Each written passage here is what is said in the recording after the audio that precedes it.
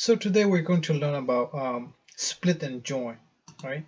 So split and join is a very easy way to understand a string, how exactly it works, right? So for example, this is a given string and we see that there's a lot of space. We can split them with that common letter that we see on the string, right? It can be space or it can just be any delimiter, right? So it can be any characters that continues on within the string. So in this case, there's a space, and after that after we split it, it will be in something like this in the list, and we can join with some kind of characters.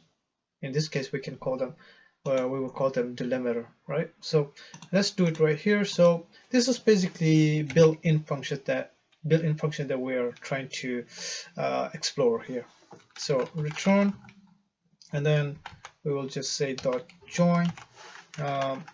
So right here, the challenge asks us to join with the character, I think is dash right here.